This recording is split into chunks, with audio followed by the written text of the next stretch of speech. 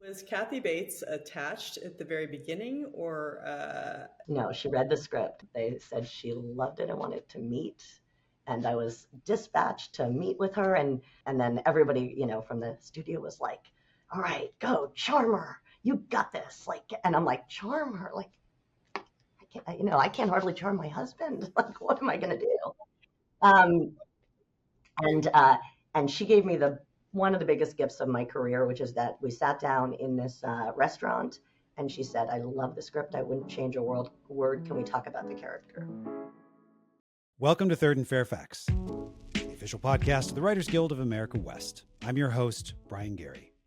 In this episode, Moon Zappa speaks with showrunner Jennie Snyder Urman about reimagining the hit CBS series Matlock, the challenges of writing broadcast TV shows, and how she shapes her writer's room, and always much more.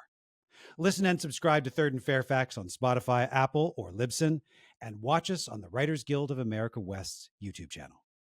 And now, here's Moon in conversation with Jennie. Hi, welcome to Third and Fairfax, the podcast of the Writers Guild of America West. I'm so excited to be speaking to you, Jennie Snyder Urman. You have so many credits to your name. You've got shows ranging from Gilmore Girls, Hope and Faith, 90210, Men in Trees, Jane the Virgin, just to name a few. And you've come in hot with a new show, Matlock, which is a really fun take on a favorite. And you've got Kathy Bates avenging her daughter in a procedural legal drama, and she is using an alias, Matlock. So it allows the character and us as the audience to have all these kinds of fun inside jokes and play along. So I'm going to jump in sideways. How did you decide to do this particular project? Well, through my production company, Sutton Street Productions, we're looking. We have a deal with CBS, and I was looking through their catalog and looking for things that might want to be rebooted or brought up again. And there's a part of the industry is so difficult, so you're looking for ways that you can get a foothold and give yourself better odds of something getting made.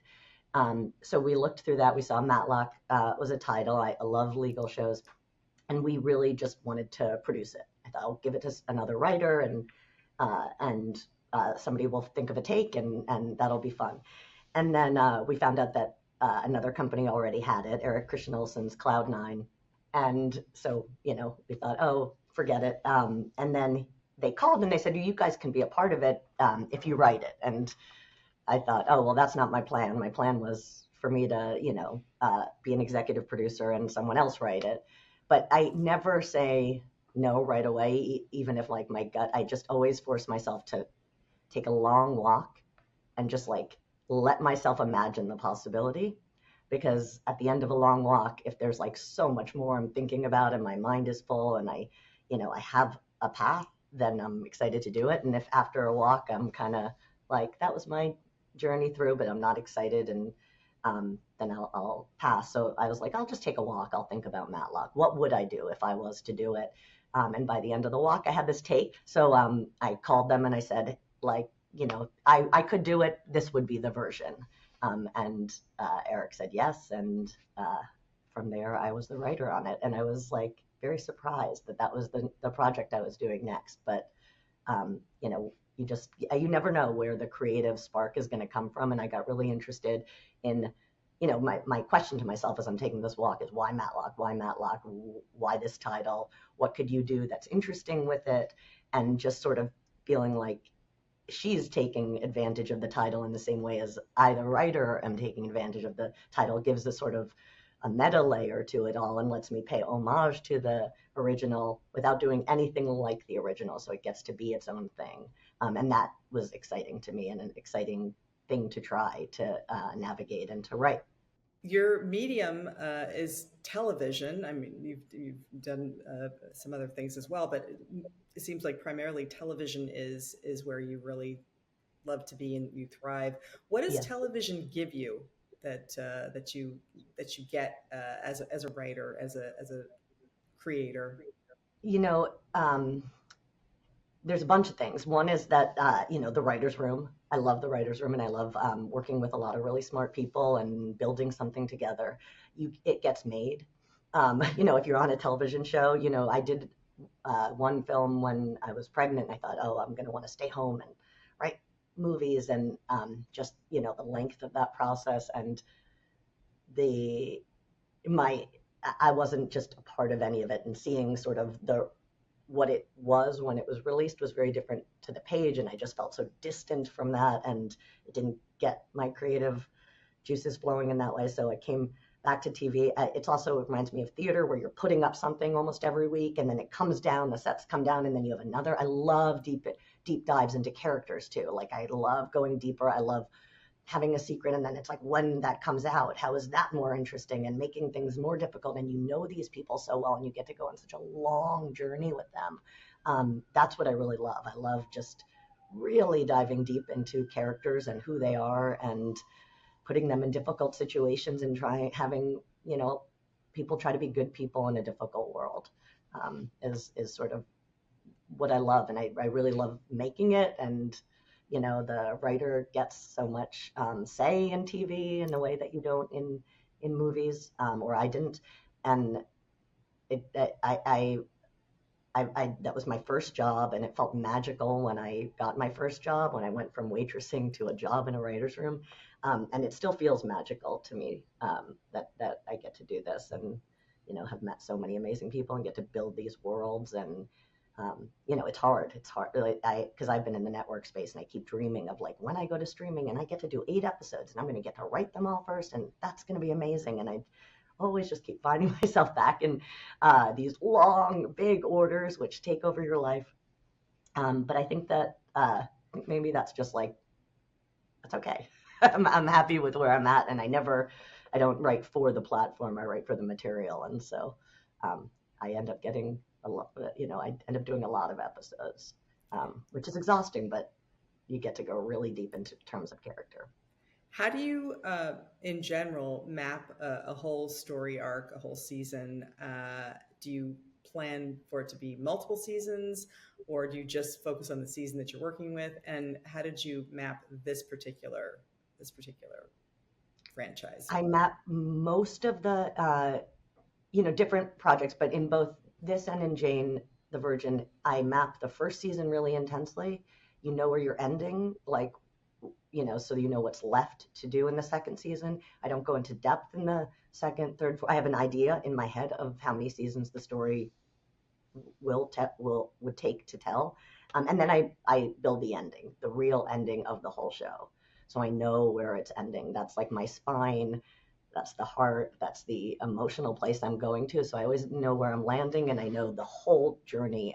Usually by the or big parts of it. Of course, when you have the writer's room, it becomes so much richer and more detailed, and things change. But I know a lot of the arcs, and I make sure I come in to the writer's room with a lot of stuff, so we're not looking at whiteboards saying, so what's going to happen? I'll come in with, like, we're going from A to B here. This is our journey. This is where I want the characters to be. And then we get to, really build the architecture and decorate the house and all that fun stuff. How do you assemble your rooms, your writer's rooms? I read a ton. There's always people that, I take recommendations. There's people that I've worked with that I return to. It's really a group, a lot of reading, and then meetings. And then you're looking for, a group of different people, people that are different. I want certainly people that are different from me, because I know what's in my brain.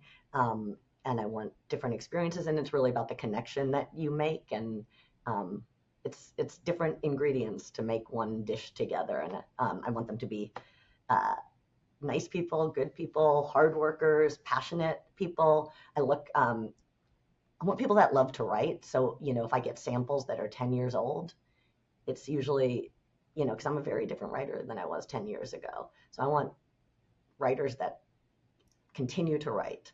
and write a lot and are generative. And, you know, I think it's a muscle like anything else. So I think you got to write a lot and you keep getting better and better with every draft.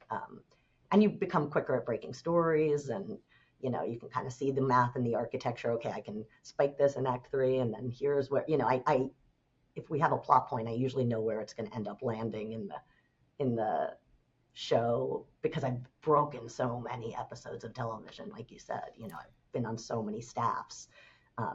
Starting off as a staff writer, you've been a story editor. I did every level. So you just like kept adding another way of seeing how everything works, and and what was that journey like, and what has it given you now? It's so valuable, and I always say, you know, because there's a tendency to, like, if you do this, if you're amazing in a writer's room, you just want to skip a level and go to the next, or you've sold a pilot and you're like, but so I shouldn't come in at this level, I should come in at this higher level, like, and everyone's prerogative and what they want is their own, but I would not trade having gone through every single step, because when you get to the end, when it's your time, your show, there is a whole new set of skills that you're suddenly like, whoa, this too, that I am in charge of, and all these people, and post-process, you know, you turn on the lights with the writer and you turn the lights out with the editors. So you have to learn so many skills. And so having been in all those rooms, like, I felt like I knew the writer's room, like all the different iterations of it. I had made so many relationships, had so many people I could ask for advice. You know, I had people that I could pull from, you know, for my first show that I'd worked with in all these other staffs.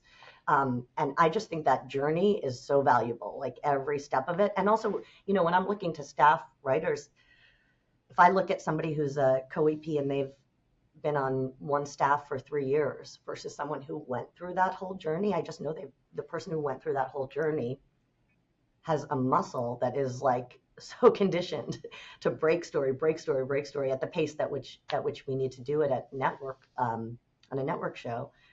So I just find it valuable. For me, it was I learned something on every job. I had to love shows that weren't my cup of tea. Maybe I had to find a way to love them, because you have to love it to write it, or you can't look down on your material. You have to, like, really find passion, you know. And I learned how to mimic other people's voices, because that's such an important skill when you're on someone else's show. It's not what I want in my head. It's like looking at the showrunner, seeing what they're reacting to, what sort of lights their spark. I used to kind of go home and just, like, think about that showrunner and, like, what I've seen in terms of what, you know, figure them out as a character so that I could be helpful to them and just pitch in a way that was helpful to them, so that, you know, my goal in every job was that they would say, oh, I need her back. I can't do it without her, you know, which is just something that I would just strive for. Didn't always, you know, get there, but I would really try to understand the showrunner and what they responded to. And I think that's a really good skill to have as you, that you develop as you come up. Are you past the pitching phase in your career, or do you still pitch? And what's that process like, and how do you prepare for a pitch? I pitch with great enthusiasm. I think when I came up, we didn't do decks and things, so I never have visuals. I just tell the story. You know, I'm not someone that can sit still generally, so I'm usually, now it's a Zoom, but I'm like bopping around my screen like a crazy person. But I pitch from the opening. You know, I usually start with the opening of the show. Then I stop down and I say, you know, welcome to Matlock. And I start to talk about why I'm writing it and what themes are important to me. And then I dive back into the pilot story, finish the pilot story, and then I take them on a journey through the series. And it's very detailed. Like, I'm all about details. So, you know, my pitches are long, and they're detailed. And, you know, I always check if people have to use the restroom, get a glass of water. Here we go. Do you, speaking of themes, do you notice that you have recurring themes in your work? Oh, I write about mothers and daughters. I mean, that's the heart, right, of every show in different iterations, but I write about mothers and daughters. I write about, you know, and it's not based on my relationship with my mom, but it is based on like just real interest in how formative that relationship is, how you define yourself, or how I define myself like her and unlike her, how it evolved when I became a mom, how now I'm seeing the other side of it in that season. I have a 13-year-old daughter, and how you like learn from your kids and learn from your parents. I'm just endlessly interested in that relationship. So I think in every sort of show or work of mine that's coming from me, you're going to see mothers and daughters at the center. When you were little, were you dreaming of becoming a writer? I was dreaming of becoming an actor, but I was writing also constantly. I was talking to a friend of mine who was, I can't remember why she was asking me, but I remembered in third grade I wrote this like 42-page report on hair, like that you had to take part of the human body. I got assigned hair, and I was like, how much? Like, and I just was like, I just like, couldn't stop. And in seventh and I think it was seventh or eighth grade, I was really disruptive at school. I was always talking and stuff, but I was also a nerd. So I was like a disruptive nerd, and it was hard to know what to do. So I was like taken out of history and English class and told to write a play about the trial of Sacco and Vanzetti. Like I took the transcript. I edited a few things out, really, and then put on this like 4-hour horrible play for the school that was like, their eyes are, but I was like, this is it. And I'm so grateful that I got this strange assignment, because it really, I was like, I also played the lead prosecutor. I was like, theater, this is it. And it really just woke a spark, and I thought I wanted to be an actor, but I also thought I really loved writing papers and stuff like that. And then the two eventually came together. Was Kathy Bates attached at the very beginning, or okay? No, she read the script. Mm-hmm. So, I did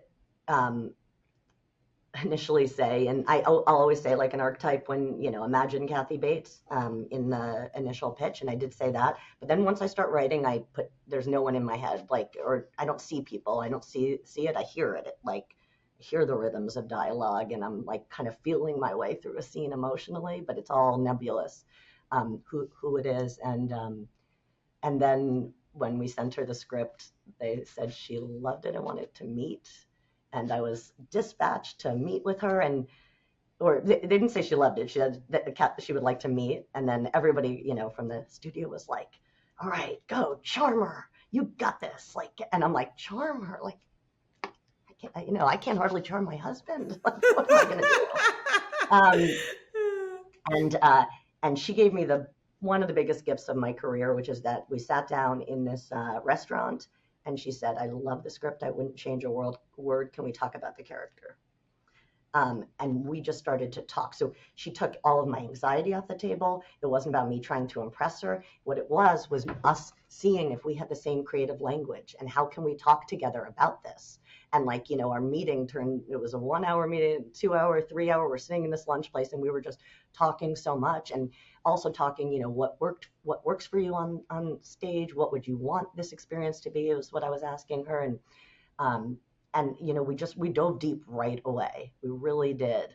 And of course, my phone was blowing up. Everybody's like, where is Jennie? She hasn't called us back after this 1-hour meeting, but it went on and on. And then I said, well, she told me she's doing it. And indeed she was, she was doing it. And I couldn't believe it. I was completely shocked. But like I said, she put me at ease, because if she hadn't said that at the beginning of the meeting, where we could, because I'm comfortable talking about the work. I'm comfortable talking about characters. I'm talking about, where it came from and what I want to say and where we want to go. Like, that's my safe place. Chatting is harder for me. Just like, it's just harder. I'm a little bit socially awkward. Parties are, I like to, just, I didn't understand how to just have small talk and charm someone. But if you'd say to me, talk about the work and really sort of get in there right away, then I'm happy. Do the writers now write for Kathy's voice, or is it still, how did that did something Well, once happen Kathy there? was in, then I'm like, I go deep into knowing her and seeing what, and Kathy can do everything. So, you just have this incredible freedom where I hear everything in her voice now that I have all of my people, I'm only thinking about them, and I see them in every script, and I hear how they're going to say certain things, and often I'm surprised by how much better it is than in my head. But it's just that initial phase. I don't write with anyone. And do you send the writers off to go do the story on their own, and then you get together, and then everybody works on No. fine tuning? So we do. What's the process? We have I call it a rigorous and vigorous writers' room. It is really generative, really and really detailed and really specific. So we get the writers together at the beginning, and for about 2 weeks, we go through the whole arc of the whole season. We're only talking arc. We're talking about the big mystery. We're talking about, Maddie's emotional journey with her husband. We're talking about her emotional journey with Olympia. We're talking about Olympia's journey with Maddie, and we go through every character, every iteration, and we move things around, and we have this crazy board at the end that is so detailed. And we stick pretty close to it. So we have our roadmap. That takes about 2 weeks. Then I pitch that to the studio and network. Usually the writers are around 2 weeks on Zoom. So, and I take them through the story of the season. I give that also to Kathy, so she knows what the story and she, where we're going. And, she's always giving me great ideas too. And then after that, we start to break down the episodes, and we break them down just as specifically. So every episode is really specifically broken. Every character needs a beginning, middle, and end. I always say there's no runners in this. Even a smaller character, I want them to have an arc. They might not have as much real estate in it, but I want a growth and change. Like, I want us to dig in. I say we got to take a pass of every script from every character's point of view, as though this was their story.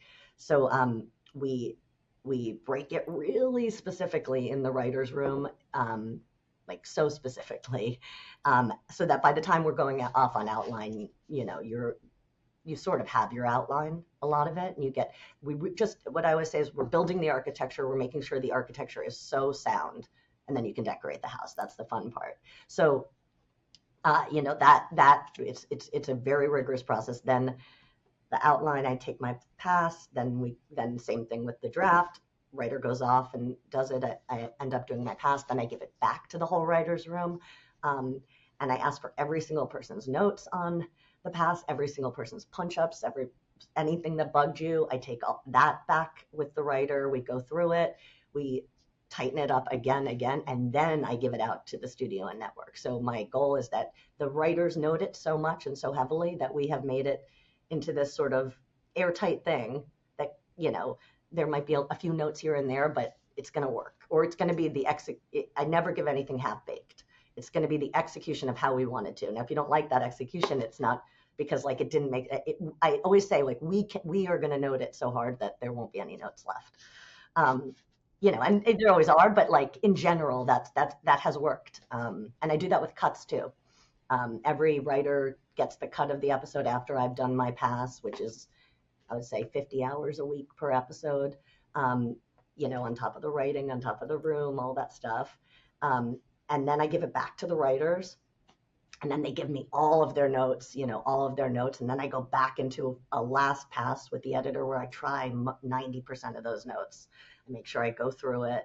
And then I give it to the studio network. So again, it's been noted so heavily from within, by all of these people who have so much stake in, know what it was meant to be, how it's landing, know the characters so well. So I really rely on the writers for that. And what I think it does also is it makes you as a writer not feel like this is my episode, that's her episode. You are in all of them. And I really feel like that's that's important in my rooms and in rooms, because they're always so serialized. The storytelling is serialized. I can hear every writer's voice in every script. Everyone gets things in or changes little things, and I think it becomes better on the whole. So it's a very collaborative process and rigorous. Wow, where did you come up with this system? Was this just intuition? Did you work? evolved into that. I mean, in Gilmore Girls, I didn't get to work with Amy Sherman Palladino, but I came in at the last season, and they used a lot of her, you know, how she had been running the show, and from that, you know, they're so specific on their board, you know, and on just sort of what was happening in each episode, and you know, who's entering, who's exiting, bits of dialect. You know, I got the specificity of that, and then it just sort of evolved. As you run shows, you find what works for you, what's the most efficient, because I'm always looking for efficiency. That is my love language, because you're always trying for, like, if I can save 7 minutes, I have 7 more minutes with my kids. I have 7 more minutes to sleep. I have, you know, I really, that's how it feels.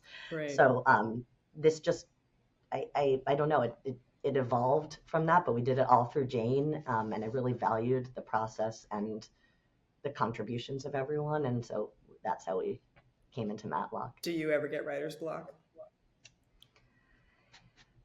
No, I don't get writer's block. I'll get like frustrated because I can't think of an idea, or something where I'll be like, I can't figure this out. This, you know, I'll get like a plot block of like, what is this thing? But once I, you know, and I just walk until I figure it out. Or, you know, or I bring it to the room. But we'll once I know what the piece is, then to me, the writing is the fun part. It's just the pressure for me comes from looking at a season where, you know, this year on Matlock, we did 19 episodes. Looking at that, it's so many episodes. There's so much plot to generate. There's so much story. There's so many things that, like, I get anxious at the beginning. Like, am I going to be able to think of enough stuff to generate a season? And is it going to be juicy enough? Are there going to be episodes that I don't like as much because those kill me? So I get that kind of anxiety, but I don't get writer's block where it's like the scene is outlined. Like, that to me is the fun part, is the writing. Looking back at the whole breadth of your work, can you point to a piece of advice or an experience that you just hold on to, that you either would offer to somebody else or that you return to for yourself as a nourishing source? I don't know if it's a piece of advice, but it is a, you know, my first boss, Joanna Johnson, it was her first show that she was running. She came from features, and she, like, I was passionate. She invited me into all of the spaces that, you know, like, if you want to come to editing, you can come, and I would show up. If you want, you know, and she really just talked to me, saw me. I felt very seen right away, and that was a real gift. And so I always try to invite, always say, everybody can come. You know, there's not a lot of time, but I do want to, you know, if you have time after work, if you know, I'm definitely editing. You can come. And it was just sort of like I just said yes to everything in my first year, of course, because I was so excited to have a job. But she saw me as not a staff writer. She saw me as a person that was, like, really excited, really wanted to learn, and was not going to stop thinking, you know, was going to take it home at night, you know, and really love it. And then she mentored that, and it was so valuable to me. And I always felt very taken care of by her in those early formative years of my career. And that was so valuable. I've heard that some writers write from life experience, or they look around and they see what's the conversation that's not happening in the world, or they just write for pure entertainment. Or do you have a formula? No, it's just like something, either an idea that I can't get out of my head. And usually it's like a bigger idea, or a world or something. And then I start to so it comes from the idea first, and then I start to go into character, like deep character. And like I said, there's always going to be themes that return in my work about, like, you know, can you, how to navigate these family relationships, what it's like to be a working woman and a mom. That is really big in my work, in my life. You know, so all of that comes in from personal experiences, but I'm not like looking at the landscape as a whole and being like, I could fill in that spot or that spot. It's more like a crazy idea will pop into my head, like in the middle of the night, and then I'll have to write it down, and then I'll put it on ice, and then I can't get it out. So then I take a walk. And if I get a story by the end of the walk, I'm going. Otherwise, I might give it to, pitch it to a few other people and see if it inspires them in that way. Do you, it sounds like you don't get a lot of sleep. So how do you refuel? And are you a power napper? What are your tips there? Yeah. I'm working on it. I'm working on sleep. I have always been a napper. It's like, I feel like that's one of my superpowers is I can fall asleep anywhere. You could tell me like, we're turning this off for 10 minutes. I could sleep for 10 minutes. And I don't sleep terrifically at night, but I can nap. So I always, during the lunch break, I'm always napping, and then I bring my lunch back into the room. That's another mode of efficiency. If I wake up in the middle of the night, because I can obviously get insomnia, I don't sit in bed and think about how hard it is not to get to sleep. I just get up and work for a little while until I'm tired, because then I don't have the anxiety. Then I let myself sleep in a little bit more the next day. I don't know. I piece it together, but it's hard. It's a struggle. I'm often really exhausted, and that's probably why I can always fall asleep. It sounds like you don't have a lot of time for taking in other people's work, and besides what the scripts that you're reading from the writers that are submitting to you. But is there a piece of media that you have read or seen or enjoyed, or music? Well, I mean, so a strange thing about me is that I do all my writing while I'm watching TV. What? I need two things. I know. I need two things happening at once. It's probably some ADHD thing that I learned techniques to keep me focused. But I don't look at the computer, and I'm kind of watching a little bit of TV. I love hearing dialogue. I love dialogue. So I'm pretty caught up on everything. But I mean, if you ask where like my real passion is, it would be the Real Housewives franchise and every single episode of every single one.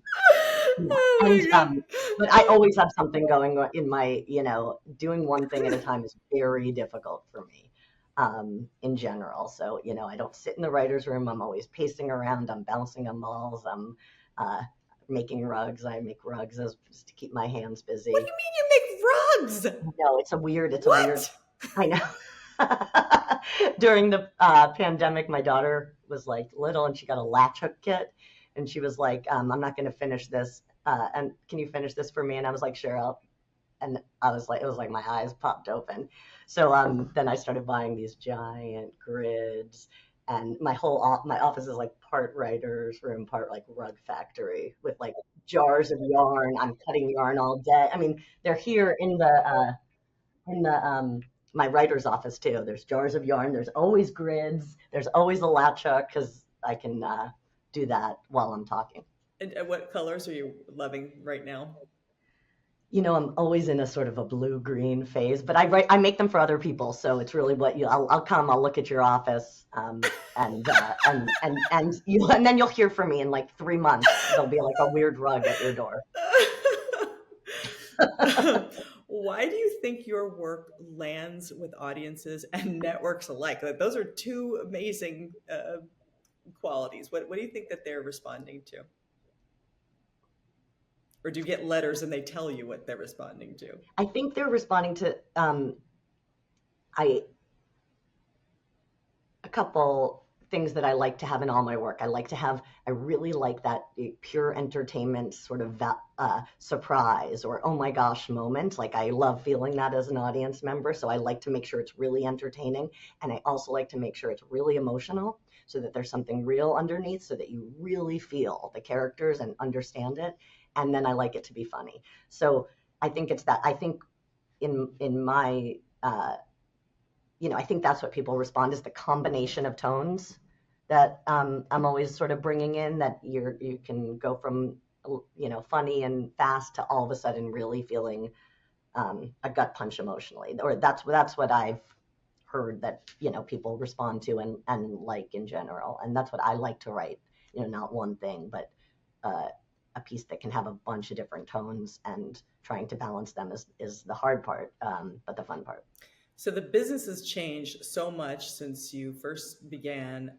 What's improved and what has not? And what would you like to see changed further? I mean, certainly, the makeup of writers' rooms has changed greatly from when I started, and it's like you get those calls, they already have their woman, um, and so certainly that is so different in terms of understanding why you need all these different viewpoints and why you need all these perspectives and why it's so valuable to have people that are unlike you in every way, in all of the positions. So I think writers' rooms are really just so much more inclusive and diverse and strong, so much stronger.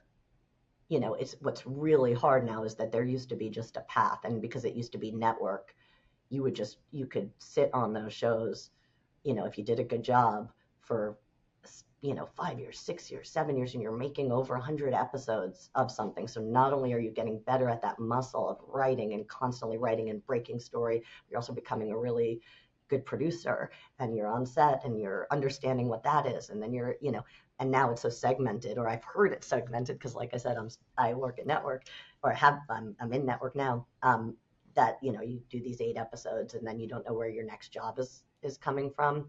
So I know that's so difficult. I will say the one thing that I remember from when I was coming up was there was one season where if you didn't get staffed, you were not going to work that year. And so that was a different kind of pressure. And that was, at least now I feel like there's a lot of jobs coming up. They're hard because it's harder to build that, steady sort of sense of a job, because you're always kind of hustling. But there was this, I remember when I was planning my wedding, I'm like, well, I mean, the only place we could go to for our honeymoon has to be where I could get back within 3 or 4 hours, or, I have to be able to get back that day, because this is staffing season, and if I miss that, then I don't know what I will do all year. So I like that there's more year-round projects, and there's many more entry points, and there's many more, ways that you can get experience. I just think that, unfortunately, because you don't do as many episodes, and it's not like you finish a season in February and you have a few months off, and then you're coming back in April and you're starting again. It makes just life so much more chaotic and stressful, I think. But you know what? It's always a stressful profession. I will say that. Like, I always felt nervous, no matter where I was in my career. Up until a certain point, I was like, will I work again? Because I wasn't also on. I was on like the last season of a bunch of shows, and I was on a bunch of shows that got canceled very quickly, and I couldn't get that momentum in those years of like Lipstick Jungle and Men in Trees, and it would just be like a one-off. So I'd have to like, put on my nice clothes and go back out and have more meetings where I tell them a funny story about how I did that. I was really wishing, like, I wanted to be on Grey's Anatomy. I wanted to be on Desperate Housewives. I wanted to be on a show like that was successful and really good, that you could like be on for a long time. And I didn't have that in my career, but I did have I just worked with so many amazing people. So because I had so many different shows, I've made so many relationships, and that's valuable too. Is there a world that you haven't yet gone into that might be fun for you? You can still have a mother and daughter, but is there a world where they would be that you haven't explored yet? Well, I have pilots that I've written that have come close that haven't gotten made, and like there's a lot of those that I'm like, I want to be in that world. I have one in 1872. Of a female doctor that dresses like a man to practice medicine, and then all of the identity complexities that come into that. I want to be in that world really badly. I get ideas a lot. Like, I love ideas, excite me. So I have a lot of sort of different, that would be fun. That would be a fun world. But I don't have nothing that I'm like looking at from the outside and being like, oh, I must write about that. It doesn't sort of happen for me that way. You think about like who you want to be for a while? Is it like that, or? No, it's really like, it's like a log line for a show, like an overall thing that's not about, just in Jane, it's like, what if a girl who loved telenovelas then woke up and her life became one? And that's like my underline line, of am I going to do that project? something like that, where I'm like, oh, that's an interesting writer challenge like that. And that's going to allow me to go to big telenovela moments. And then also be able to say as to the audience, like, we know this is a big moment. She can't believe it either. How is like putting people in extraordinary situations and then having them react like I would, which is like, what the fuck is happening? That excites me. And then I go into the characters. And then to me, I can only take it from that log line to an actual show if there's just like enough there that I can dive into from a character point of view, and that I want to be looking at not just one aspect of it, but Matlock is about a lot of things. It's about grief. It's a real meditation on grief. It's a meditation on guilt. It's about working moms. It's about female friendship. It's about, the morality on some big level. Like, there has to have enough stuff that I think is really interesting that I'm going to debate with the writers about, and that we're going to say, what would you do? And how does that feel? And I'm going to be crying and telling you about this time when I felt really ashamed. It has to have enough of that emotion. Then it's like the log line, and then it's the emotional life. It has to allow me to go deep, and I have to be excited for those moments of the relationship, because it's always about the relationships for me. And Matlock, I've said since the beginning, is we wrap the spine of Matlock around the relationship with Olympia and Maddie. That is our spine. That is our love story. That's our will they, won't they, and that we're always returning to that, and how this relationship is in some ways, same, like that they learn from each other, that they both change each other, that there is something at times that, Maddie lost a daughter that's around Olympia's age. At the same time, they're nothing alike. They're not from the same worlds. Like, but watch that love develop. Like, to me, that is what I'm like so excited to write for, in the moments when they find each other and when they start to mean so much to each other. So I think, for me, it's like, that's in some ways a love letter to friendships, and to the female friendships that I carry with me that are so important in my life.